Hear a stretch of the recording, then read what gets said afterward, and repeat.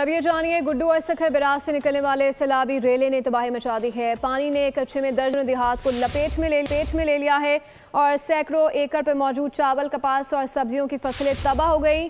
गोड, मुराद अली जतोई, चांदी जतोई और हुसैन बख्श जतोई ज़ेरे आब आ गए हैं। अपडेट करेंगे। गुड्डू और सखर बिराज से निकलने वाले सैलाबी रेले ने तबाही मचा दी है। पानी ने कच्चे में दर्जनों देहात को अपनी लपेट में ले लिया है।